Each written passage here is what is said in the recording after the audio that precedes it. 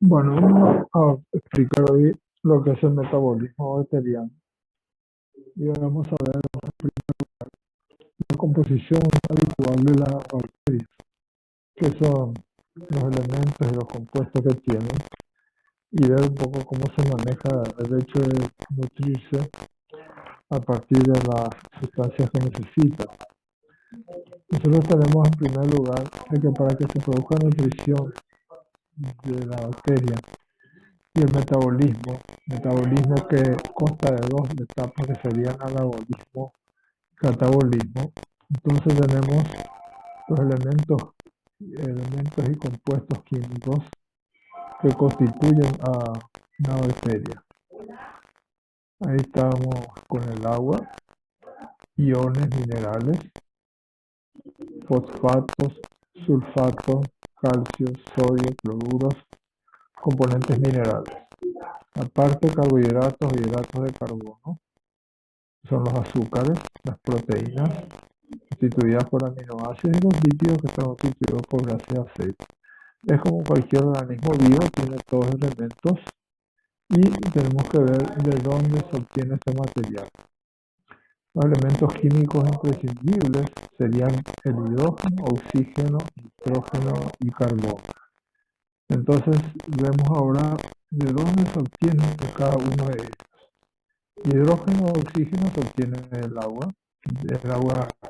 del ambiente, del agua que recibe la bacteria, también del aire atmosférico, sobre todo de las bacterias aerobias, y de compuestos orgánicos, aquellos que tienen, por ejemplo, digamos, compuestos como los alcoholes, los ácidos orgánicos, las sales orgánicas, y los compuestos inorgánicos como los carbonatos, fosfatos, que también utilizan hidrógeno y oxígeno a partir de esa fuente. El nitrógeno, ustedes saben que se encuentra en el aire atmosférico y que hay sales inorgánicas, ¿verdad? A partir de, por ejemplo, nitratos y nitritos, y las proteínas que tienen también nitrógeno, porque provienen de aminoácidos y estos tienen nitrógeno. Y el carbono obtienen del CO2 del ambiente y de ciertas sales inorgánicas como el carbonato de sodio y otras sustancias orgánicas terciarias y cuaternarias como, por ejemplo, las sustancias orgánicas terciarias que tienen tres elementos químicos. Así tenemos, por ejemplo, las sales, ¿verdad? Y las cuaternarias como las amidas, ¿verdad? Entonces, en este caso tenemos elementos químicos imprescindibles que se presentan en este caso. Ahora, para clasificar las bacterias necesitamos tener algunos puntos de vista. Por ejemplo, la necesidad de oxígeno, la forma en que se usa el carbono del ambiente, de dónde obtienen el carbono, de qué manera, ¿verdad? Entonces por eso se hacen clasificaciones diferentes.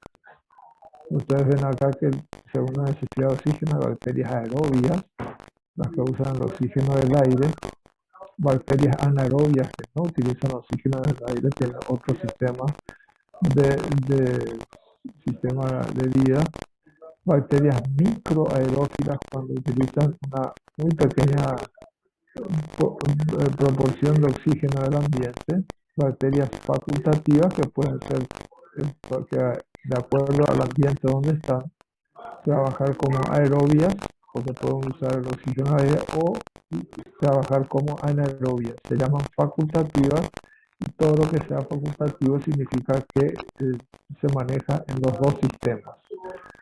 Según la habilidad de usar el carbono es importante para la vida de los organismos, y entonces las bacterias autotróficas usan el carbono del CO2 y las heterotróficas del carbono orgánico, por ejemplo, una sal, un ácido, ¿verdad? De cualquiera de ellos puede utilizar el carbono, entonces esto se llama heterotrófica. Por lo tanto, de acuerdo a estas necesidades, la necesidad de oxígeno, la necesidad de utilizar el carbono, se clasifican en estos grupos. Entonces siempre hay que poner según qué hacemos la clasificación según necesidad de oxígeno, aerobias, anaerobias, microaeróficas y facultativas. Y de acuerdo a la habilidad de usar carbono, tenemos las dos formas de autotróficas y heterotróficas.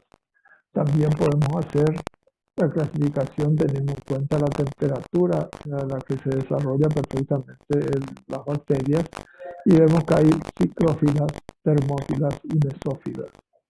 Psicrófilas, las que crecen entre 15 y 20 centígrados, que es una temperatura muy buena para ellos. Las bacterias termófilas desde 55 grados para arriba y las mesófilas entre 25 y 40 centígrados.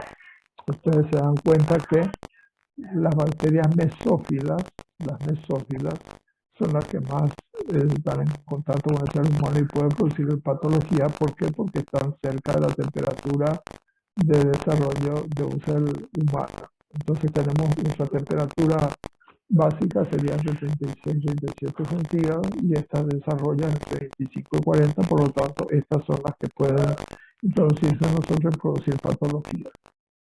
Teniendo en cuenta esta clasificación, la composición de las bacterias, de acuerdo a los parámetros que vimos, nosotros podemos tener también lo que es el metabolismo bacteriano, el proceso completo en que se absorben sustancias nutritivas y se eliminan las de desecho. Por eso en el metabolismo se habla de anabolismo y catabolismo. Anabolismo, el proceso de obtención de sustancias nutritivas, y catabolismo, eliminación de desechos o catabolitos. Aquí se presenta una etapa de digestión donde las enzimas externas de la bacteria pueden producir la degradación de las sustancias complejas y entonces usamos eso para desarrollar, para absorber sustancias. Absorber, fíjense que está acá con B, absorción no es con D. Absorción con D de dedo quiere decir que se adhiere. Acá es absorción, que absorbe. Como la gente diría, chupa, ¿verdad? Pero nosotros vamos a decir absorción. Es pasiva cuando ingresa directamente la sustancia dentro de la célula bacteriana sin que la célula haga ningún trabajo. Y la activa es cuando las membranas externas de la bacteria puede seleccionar y permitir la entrada o no de la sustancia. Por eso se llama pasiva y activa. Y la preparación viene a establecerse por las endoenzimas, preparación para la utilización de las sustancias absorbidas, y el proceso anabólico, que es para eliminación de sustancias de desecho. Los procesos de absorción y eliminación posterior con las sustancias de desecho, que son los catabolitos. Acá se les habla anabolitos o anabólicos, los elementos que se utilizan para que la bacteria se desarrolle, y los catabolitos, que son las sustancias de desecho. Con todo este proceso hay una etapa de oxidación donde se obtiene adenosín trifosfato en las bacterias, que le da la energía necesaria para cumplir todo este proceso de carga. Esto es una cuestión sencilla porque ustedes ya conocen lo que es el anabolismo y catabolismo. En este proceso de utilización de sustancias y preparación y obtención de anabolitos y catabolitos, entonces la bacteria puede producir sustancias, y las sustancias son resultado de cada proceso metabólico de las bacterias. Eso se puede utilizar para poder conocer cómo se desarrolla una bacteria. Y tenemos entre las primeras sustancias que hablamos en este sentido son los pigmentos. Pigmentos son sustancias que son elaboradas por las bacterias, se desarrollan a partir de ellas, y existen exopigmentos y endopigmentos. Exopigmento cuando la bacteria produce la sustancia coloreada que elimina hacia el exterior. Por ejemplo, el caso de una bacteria que se llama Pseudomonas aeruginosa, que produce un pigmento azul verdoso y colorea todo el ambiente donde está esa bacteria, porque como es un pigmento que se elimina al exterior, un exopigmento, entonces la bacteria produce y elimina esas sustancias sobre todo el medio de cultivo y se colorea todo completamente de azul verdoso. En cambio, los endopigmentos son pigmentos que se producen en la bacteria y se quedan dentro de cada una de ellas, no va al exterior. Entonces se colorea la agrupación bacteriana, o sea, colonia, se colorea con esa sustancia. Por ejemplo, ahí tienen ustedes el Staphylococcus aureus. El Staphylococcus aureus se llama aureus porque el estafilococo, cada grupo de estafilococos queda coloreado con el color amarillo o aureus, ¿verdad? Entonces yo tengo el aureus, quiere decir amarillo oro, que entonces es porque la bacteria cuando crece en un medio de cultivo, como por ejemplo en una de sangre, el grupo bacteriano queda de color amarillo oro. Eso vamos a ver después en las prácticas. También la bacteria puede producir toxinas. Las toxinas se pueden clasificar para su localización también en aquellas que son endotoxinas o exotoxinas, o clasificar por la forma en que actúan esas sustancias tóxicas, que en definitiva son tóxicas porque nos producen un daño a nosotros. Entonces los grandes grupos son las endotoxinas y las exotoxinas. Las exotoxinas son proteínas que elabora la bacteria y vierte al exterior. Y a veces tiene una acción enzimática y destruye las estructuras celulares donde se encuentra. También tenemos los efectos que producen esto y pueden ser efectos tan complejos que pueden llegar a la muerte de la persona. A otros que pueden producir, digamos que alguna alteración, por ejemplo, una toxina que elabora una bacteria puede quedar en el interior del intestino y puede ocasionar diarrea. En otros casos produce cólera o difteria, que es un problema de la zona periamidalina, donde la bacteria crece y produce una toxina que es la toxina difterica. Por eso estas toxinas tienen esa característica. Por otro lado hay endotoxinas, o sea, toxinas que se elaboran en la bacteria y se queda dentro de ella. Tiene una envoltura, ahí queda incluida dentro de la célula bacteriana, y esa endotoxina es un componente de tipo polisacárido que se encuentra produciendo la bacteria y va quedando ahí. Solamente cuando se rompe la bacteria va al exterior esa sustancia y produce una acción determinada. Entonces puede causar un daño que puede ser en tejido, puede ser una acción crónica, será a largo plazo, pero son las llamadas endotoxinas. Por lo tanto, tenemos endotoxinas y exotoxinas, pigmentos, endotoxinas y exotoxinas. No sé si tienen alguna consulta hasta acá. ¿Está bien? Bueno, perfecto. Entonces, para que nosotros podamos estudiar la presencia de pigmentos o toxinas, o para tener la bacteria aislada, la bacteria que está produciendo un daño a la persona, entonces se utilizan los llamados medios de cultivo.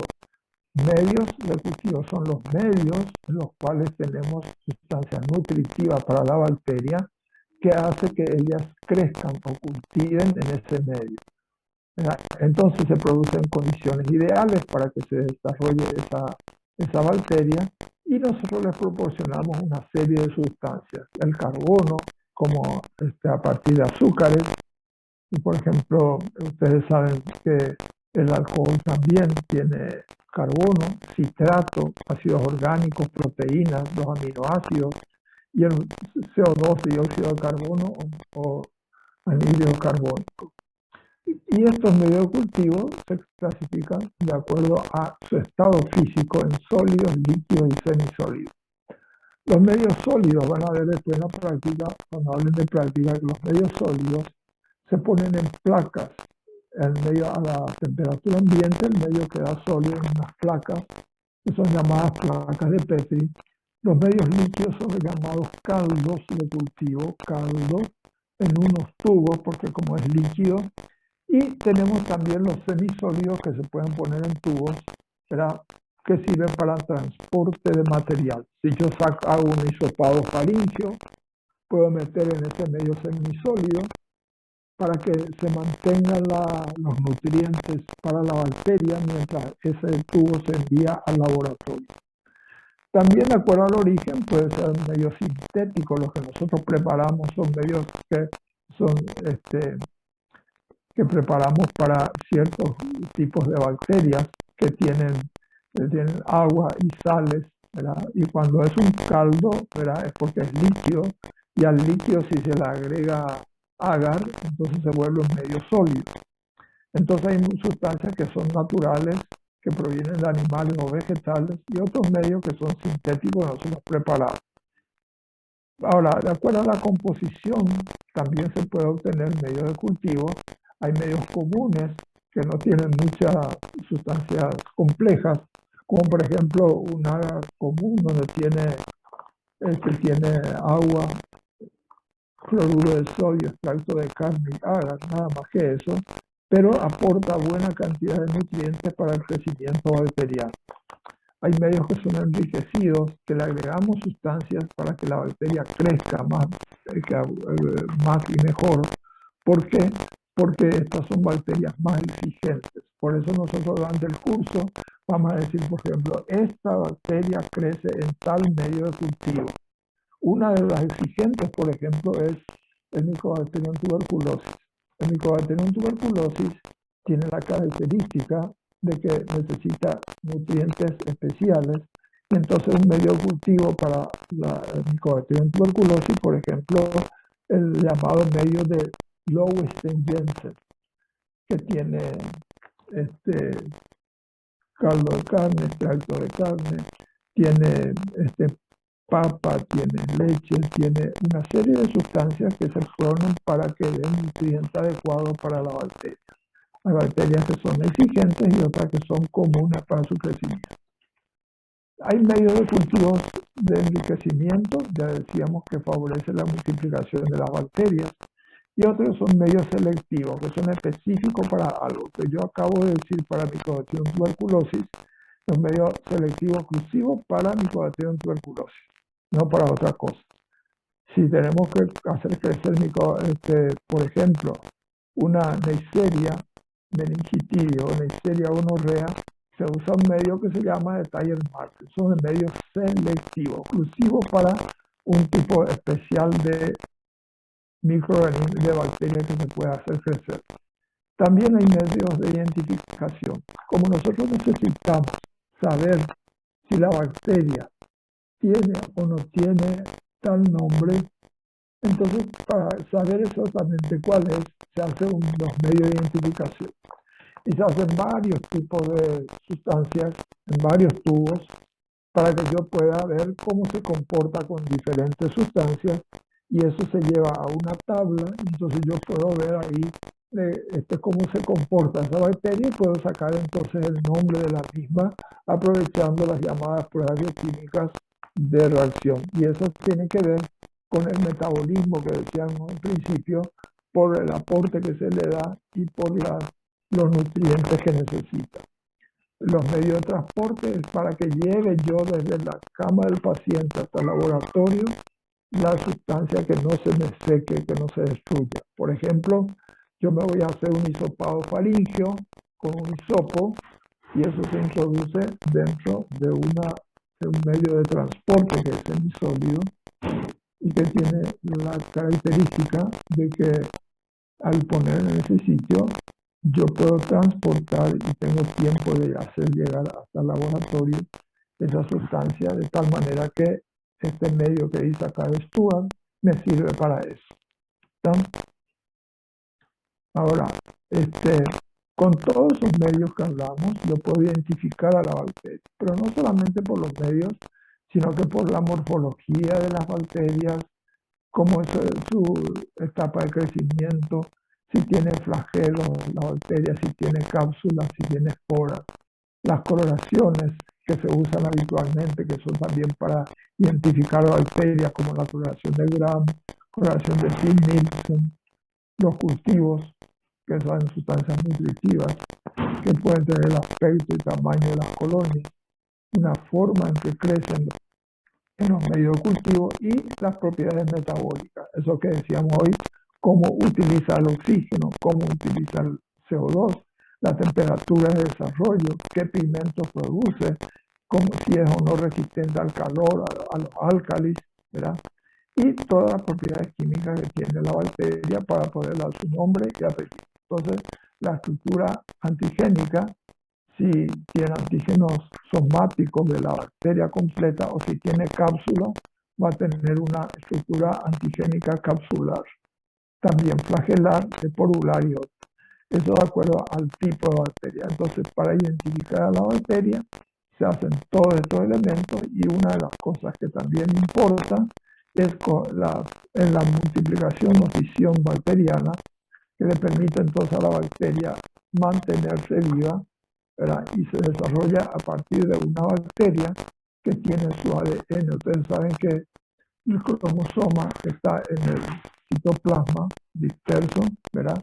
Y de esa manera yo puedo hacer la separación de esto y a partir de una célula madre, eso tiene células hijas que después se van multiplicando. Entonces esto sería en cuanto a la división binaria. Y cuando se van dividiendo, van entonces haciendo lo que se llama la curva de crecimiento bacteriano. Hay una fase de latencia, ¿verdad?, que se está preparando para multiplicarse todas las bacterias que están allí. Después hay una fase logarítmica de crecimiento donde crecen rápidamente, mucha cantidad. Hay una fase estacionaria donde hay algunas bacterias que comienzan a destruirse y otras que siguen creciendo. Por eso va a ser una etapa así. Y hay una fase de muerte cuando la bacteria que está en un medio de cultivo comienza a utilizar el exceso todas las sustancias nutritivas, entonces ya no va encontrando en el medio de cultivo la sustancia nutritiva y se va muriendo la bacteria. Esta es la curva de crecimiento bacteriano, la fase de latencia logarítmica o exponencial, estacionaria y de muerte bacteriana. Entonces, para recordar cómo se comporta. Esto sería entonces en cuanto a la parte del metabolismo y medio de cultivo que se emplean para poder hacer el estudio de las bacterias. No sé si hay consulta.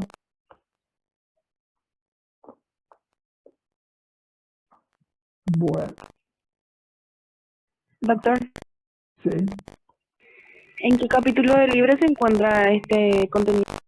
Y le voy a buscar y le voy a decir. Le voy a decir al final de la. Le voy a decir todo hoy. ¿Sí? Dale, gracias. Listo. Bueno, a ver un poco. Cuando una persona está con con, con los microorganismos, puede producirse una infección y para eso se usan los antimicrobianos. Una cosa es que yo quiera eliminar las bacterias de una mesada, de las manos, ¿verdad? Pero cuando tengo dentro una bacteria, yo tengo que usar sustancias para destruirla. Entonces, esta sería una forma específica de eliminación de microorganismos. Entonces yo tengo los llamados antimicrobianos, sustancias contra el microorganismo, que pueden ser antibióticos, que pueden ser antibióticos contra bacterias, antiviral contra virus, antifúngico contra hongos y antiparásitos contra parásitos. Y los antibióticos sirven contra bacterias exclusivamente.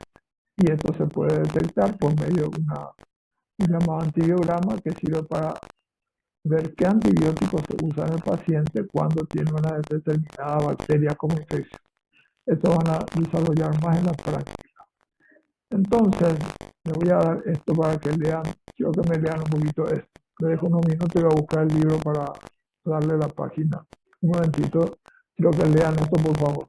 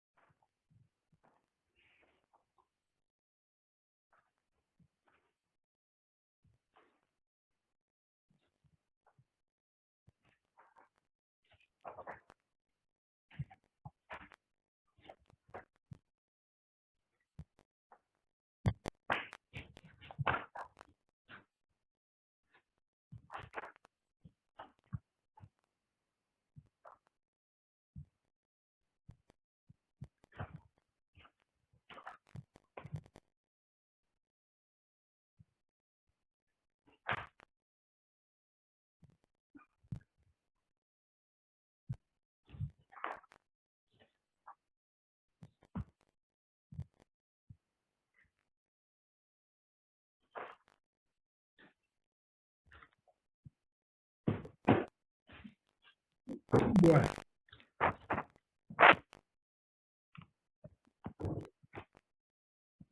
bueno, acá les voy a dar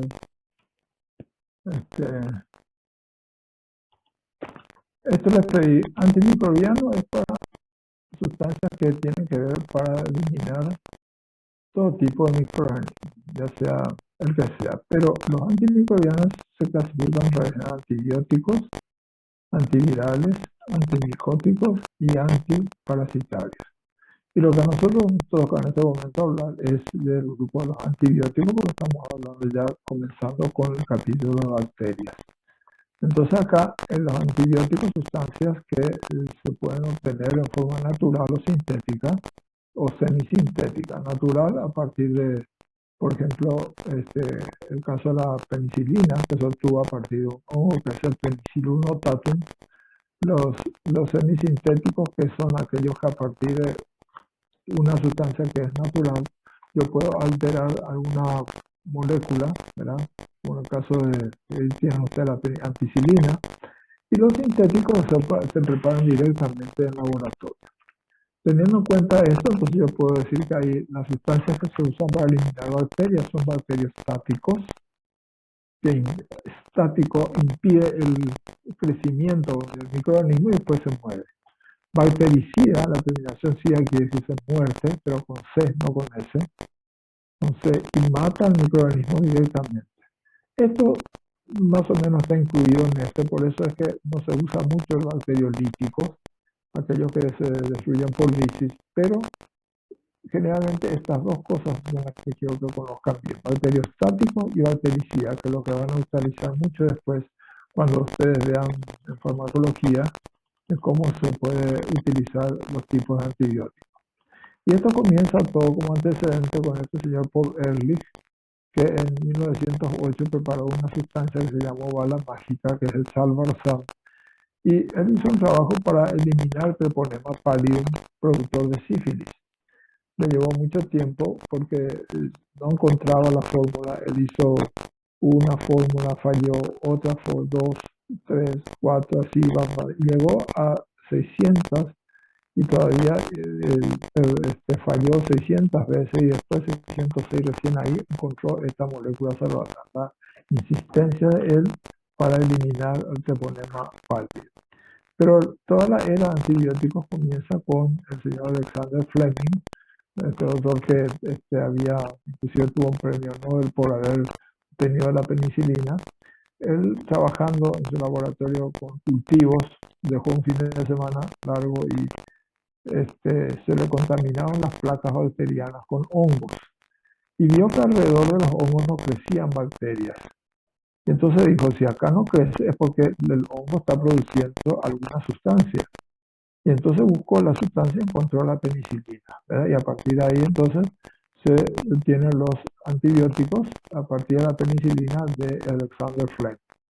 Nosotros tenemos, acá es lo que él hizo esto, ve acá, alrededor de esto no crecía, acá crecían las bacterias, pero alrededor del hongo, acá, ve, alrededor acá, alrededor no crecía. Esta es la foto del Penicillium notatum, y acá le vemos a Fleming mirando sus placas de PET. Entonces yo tengo que saber lo que es un antimicrobiano contra los antibióticos y los antibióticos obtenidos de elementos naturales y los quimioterápicos que son aquellos sintetizados en laboratorio. Y esto quiero que vean cómo se clasifican actualmente los antibióticos de acuerdo a la estructura química y beta-lactámicos, quinolonas, tetraciclinas, ¿verdad? Y otros por espectro de acción. O sea, espectro de acción es sobre qué grupos bacterianos puede actuar un antibiótico. De un antibiótico de amplio espectro quiere decir que puede actuar contra muchos tipos de antibióticos. De espectro intermedio, que puede con un grupo y con otros no. Y el espectro reducido, que es exclusivamente para algo. Por ejemplo, yo puedo tener un antibiótico que es exclusivamente para tuberculosis, y esto es de espectro reducido porque no puedo usar para otra situación. Pero si tengo un amplio espectro, puede ser una ampicilina, una amoxicilina, que puedo usar contra diferentes grupos bacterianos. Y aparte, se puede hablar también del efecto que ya citamos, las dos que dijimos que se usan mucho, bacteriostático, que impide la siguiente multiplicación, queda estática, la bacteria no sigue creciendo y a la larga se mueren. Y los bactericidas que mueren, se les destruye directamente a la bacteria por acción del antibiótico. Entonces hay clasificación por estructura química, por espectro de acción y por su efecto antimicrobiano. Entonces nosotros tenemos los agentes bacteriostáticos, de lo que acabo de explicarle, los agentes bactericidas también, aquello que ya produce la muerte de la bacteria, los que tienen espectro de acción amplio espectro, de espectro limitado y reducido, que ya explicamos una vez, ¿verdad? Otra clasificación de esa, que son formas de presentación, ¿está? Bien, ahora voy a buscar otro grupo de láminas, no sé si tienen una consulta. Voy a... Doctor, ¿qué sería lisis? Lisis es ruptura de la bacteria. Se lisa cuando se rompe y se destruye la bacteria. Se rompe la membrana citoplasmática, la pared se abre y entonces eso es la lisis. ¿Está? Vale, gracias. Bien. Ahora, algo muy importante que creo que aprendan muy bien, la clasificación por su mecanismo de acción. ¿Cómo actúa el antibiótico para destruir la bacteria? Porque esto es importante de acuerdo al tipo de bacteria que nosotros tenemos que está tratando de destruir a de infectar a la persona. Entonces, de acuerdo a ese tipo de bacteria, le damos el antibiótico. Inhibición de la síntesis de la pared. Le damos un antibiótico que impide que se forme la pared bacteriana y entonces la bacteria estalla, se muere la bacteria. También alteración de la función de la membrana. Por debajo de la pared hay una membrana. La membrana citoplasmática es la que se encuentra en toda célula. Y acá, si eso no funciona bien, la bacteria se muere. Otro mecanismo. El tercero es inhibición de la síntesis de proteínas. Las proteínas se forman a partir de los ribosomas y si impedimos que se formen proteínas, la bacteria no puede seguir viviendo y se muere. También inhibición de la síntesis o función de ácido nucleico. No se forman los ácidos nucleicos, no pueden traspasarse cuando hay una multiplicación bacteriana, no puede pasar la información, entonces la bacteria se muere.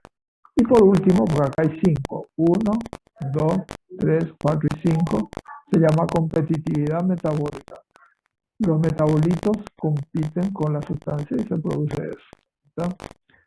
Bueno, acá tengo de vuelta los 5 métodos: inhibición de la síntesis de pared, inhibición de la función de la membrana, inhibición de la síntesis de proteínas, inhibición de síntesis de ácido nucleico y competitividad metabólica. Acá tenemos ejemplos de los que actúan sobre la pared produciendo inhibición de la pared. Son los beta-lactámicos, penicilina, cefalosporina, carbapenem, novaltam, los glicopéptidos, vancomicina, eicoplanina y fosfomicina. Ejemplos, yo le voy a pasar todo esto después. Acá tienen lo que es una penicilina, ya vimos eso, cefalosporina, que son los que inhiben la síntesis de la pared, carbapenem, y los inhibidores de beta-lactamasa van acompañando a veces a estos antibióticos porque la bacteria con el tiempo se volvió resistente. ¿Y por qué la bacteria se volvió resistente? Por ejemplo, los estafilococos. Porque produjeron sustancias que son enzimas que destruyen al antibiótico. Entonces, esas sustancias son las beta-lactamasas o penicilinasas. Entonces ahora ustedes van a encontrar que hay unos antibióticos que vienen ya, dice el nombre del antibiótico y al lado dice IBL, I larga L, que quiere decir inhibidor de beta-lactamasa. O sea que esa cápsula que tiene un antibiótico, dentro de la cápsula también hay un inhibidor de beta-lactamasa, que lo que hace es que cuando uno ingiere eso y la bacteria produce la enzima, entonces esa sustancia neutraliza la enzima y entonces permite que el antibiótico pueda actuar. El antibiótico en ese caso no es, digamos que, destruido por la enzima. Eso es algo muy interesante que se ha creado con esto en el caso de los inhibidores de beta-lactamasa. Entonces esto es para aplicar esa cuestión. Después tenemos otra alteración de la membrana bacteriana. Algunos ejemplos, nada más que para hacer algunos ejemplos. Yo no le voy a pedir describir todo completo porque esto van a aprender ustedes en farmacología. Ustedes tienen también los que inhiben la síntesis de proteínas, los aminoglucósidos, macrólidos, dinamicina, clonazepam, y estos son acá están los sitios de producción de las proteínas y esto es ahí es donde atacan estos antibióticos, aminoglucósidos tetracitina a nivel de 30S y estos otros en 50S. Así que esta es la acción que tienen a ese nivel sobre los ribosomos. Aparte, ustedes tienen la inhibición de síntesis de ácido nucleico. Acá tenemos las quinolonas que impiden que se forme el ADN, también la ARN polimerasa con después de ácidos nucleicos, y también los que hacen alteran el metabolismo, que son, por ejemplo, alteran el ácido fólico y de esa manera impiden que se desarrolle bien metabolismo y por eso actúa compitiendo con ese metabolismo. Así que tenemos acá mecanismo de acción del ácido fólico, es antagonista de la sulfa, antagonista competitivo, compite con las sustancias que se producen y entonces impiden que se desarrolle el antibiótico. Perdón, la bacteria por acción del antibiótico. Esto ya vimos que hay antagonistas metabólicos, hay bacteriostáticos de amplio espectro, ¿verdad? Ya vimos. Esto es para ver nomás mecanismo de acción, los 5 métodos de mecanismo de acción que ya hablamos. Tenemos acá los otros antimicrobianos que se verán en cada capítulo, es contra hongos, se llaman antifúngicos, contra virus antivirales, contra parásitos antiparasitarios. Y acá tenemos bien que se va a citar después. Con las infecciones fúngicas también tenemos sustancias que son fármacos que actúan de esa manera, son antimicrobianos, pero contra hongos, los antifúngicos. Acá tenemos otro ejemplo antifúngico, imidazol, miconazol, ketoconazol, que impiden que se produzcan infecciones por hongos como el pie de atleta, candidiasis oral y vaginal, y la anistatina es uno de los que importa para todo este proceso. Nosotros podemos tener fármacos antivíricos contra virus, por ejemplo, amantadina y remantadina para la gripe. ¿eh? Dependiendo del tipo de virus, vamos a tener un antiviral. Y tenemos acá contra protozoarios, en caso de Plasmodium, que es un protozoario, también antiparasitarios, cloroquina, metroquina, aloquina, en el caso de toxoplasmosis. Pero eso veremos cuando se hable de parásitos. Ahora, para saber en el caso de las bacterias qué antibiótico se usa, entonces se usa el antibiograma, que es hacer en laboratorio, poner en contacto a la bacteria que se aisló del paciente con diferentes antibióticos para saber cuál es el antibiótico que se va a usar para tratar a ese paciente. ¿Ya? Es muy importante eso. ¿Estamos? Bueno, a ver hasta acá. Vamos a ver hasta acá. Entonces, si hay alguna consulta. Ustedes pueden revisar esto de los antibióticos. Yo no les voy a pedir hablar completo del libro que tiene Canese, pero si ustedes anotan la parte de antibióticos antimicrobianos, sería en la página 161 de Canese, capítulo 14, página 160, 160, 161 y 162 y 63. Hasta ahí nomás. ¿Está? Estas 4 páginas. Si ustedes revisan ahora, les doy unos minutos para revisar. Entonces, me hacen las preguntas que sean necesarias. ¿Está? Si revisan, por favor, sus libros si tienen.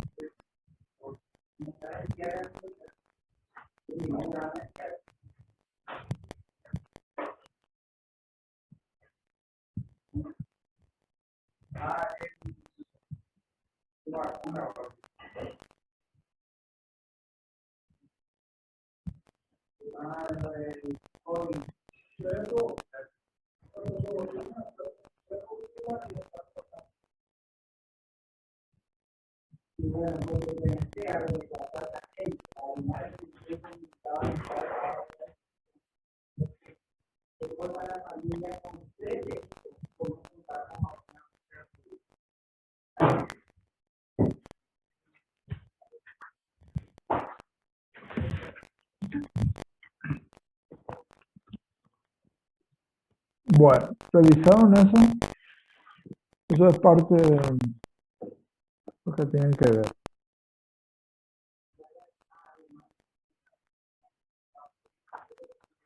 Después otra cosa que quiero que vayan mirando es la parte de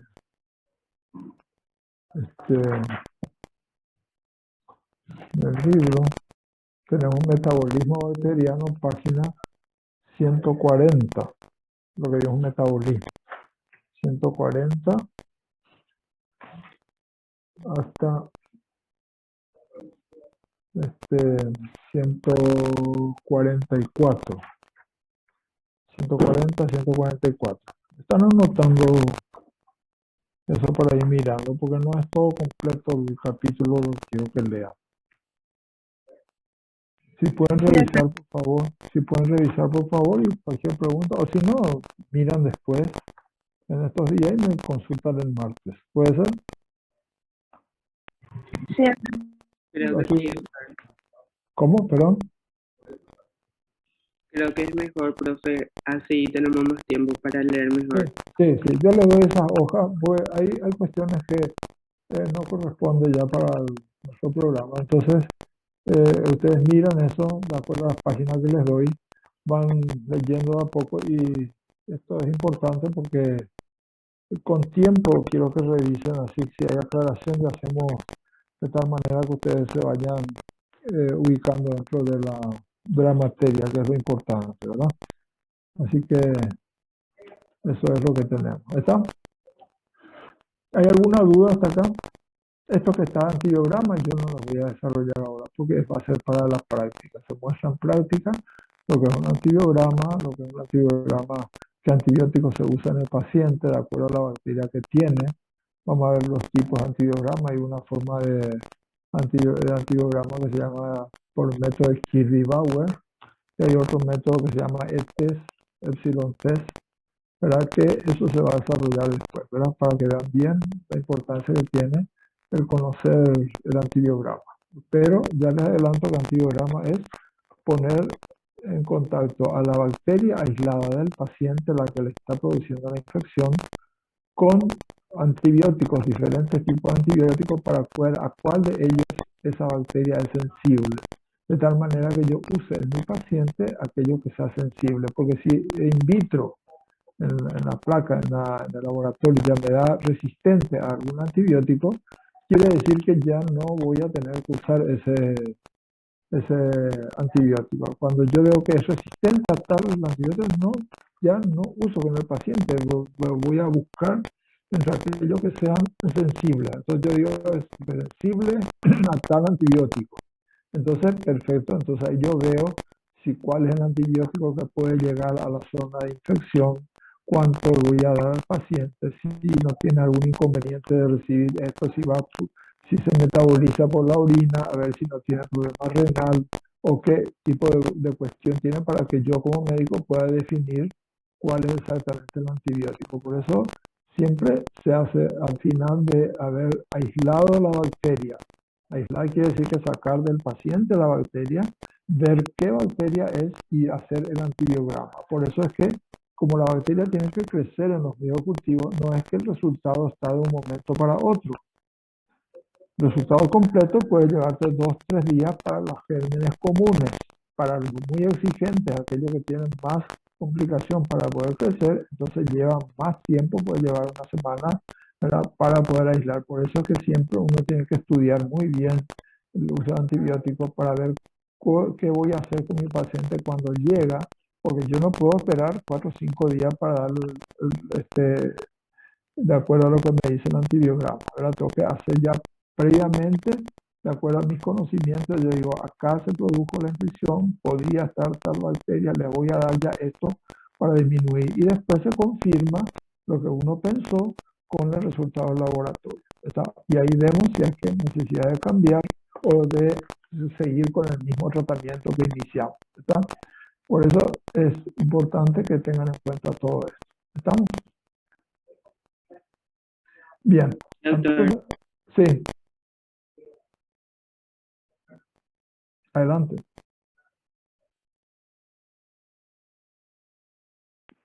no, profe, te dije nomás, dale. Ah, bueno, perfecto.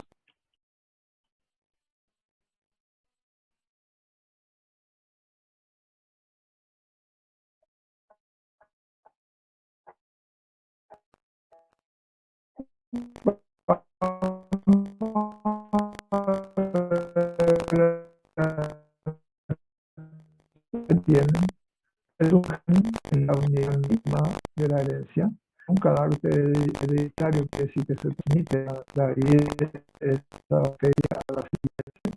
El genotipo o genoma, que es dotación total de genes que tiene la bacteria, porque la bacteria tiene también su grupo genético.